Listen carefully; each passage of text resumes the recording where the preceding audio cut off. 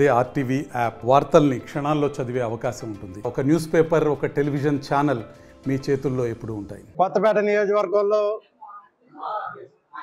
రాల్పాలెం గ్రామంలో మా అందరి ఆరాధ్య దైవం ఆంధ్రప్రదేశ్ ఉప ముఖ్యమంత్రి వర్యులు శ్రీ కొన్నిదెల పవన్ కళ్యాణ్ గారి యొక్క పుట్టినరోజు సందర్భంగా రాల్పాలెంలో రక్తదాన శిబిరం ఏర్పాటు చేయడం, అంబడి కిషోర్, తోటస్వామి, దొంగ సుబ్బారావు వీళ్ళందరూ ఆధ్వర్యంలో, జనసేన నాయకుల ఆధ్వర్యంలో ఈరోజు రక్తదాన శిబిరం ఏర్పాటు చేస్తే ఒక అద్భుతంగా జరిగింది. పోటాపోటీ పడి ఏదో బంతి భోజనాలు వెనకాల నిలబడినట్టుగా రక్తదానాన్ని చేయడానికి కూడా బెడ్ల దగ్గర నిలబడి రక్తదానం చేశారంటే అది ఒక మెగా కుటుంబానికే సాధ్యం.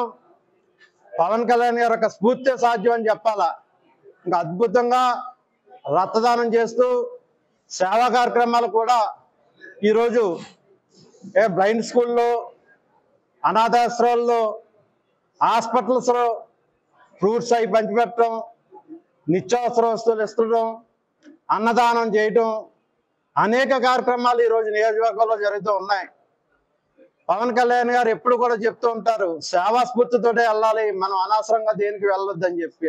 ఆ స్ఫూర్తిని అందరూ కూడా తీసుకుని యువత అంతా కూడా ఈరోజు నియోజకవర్గ స్థాయిలో కానీ రాష్ట్ర స్థాయిలో కానీ అద్భుతంగా సేవా కార్యక్రమాలు జరుగుతున్నాయని చెప్పి తెలియజేసుకుంటూ, మా అధ్యక్షులు పవన్ కళ్యాణ్ గారు కూడా నుండు నూరేళ్ళు ఆరోగ్యాలతో ఉండాలి, రాష్ట్రానికి దేశానికి మా అందరికీ కూడా అద్భుతమైన సేవా కార్యక్రమాలు సేవ చేస్తూ రాష్ట్రాన్ని అభివృద్ధి పథకంలో ముందుకు తీసుకెళ్లాలని మేము అందరం కోరుకుంటున్నాం.